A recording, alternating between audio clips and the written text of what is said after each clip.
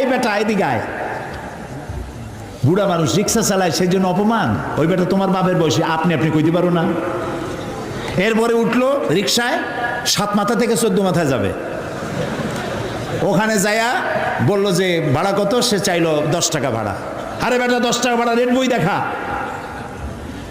যখন রিক্সার ভাড়া দেয় তখন রেড বই দেখার প্রশ্ন ওঠে।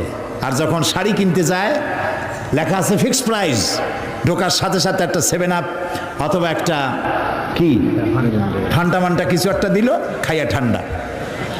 শাড়ির দাম কত? শাড়ির দাম 13,593 টাকা 92 পয়সা। এইখানে রেট কত তার তালাশও করে না, বেশি কথা কইলে ভদ্রতার খেলাপ হবে। ওইটা ঠিক মতো আনতে পারে, কিন্তু রিক্সাওয়ালার মাথার ঘাম ফেলানো পয়সা নিয়ে তার সাথে ঝগড়া করে, তর্ক করে। এটা ঠিক নয়। সহজতে যে ইনকাম করে, রাসূলুল্লাহ বলছেন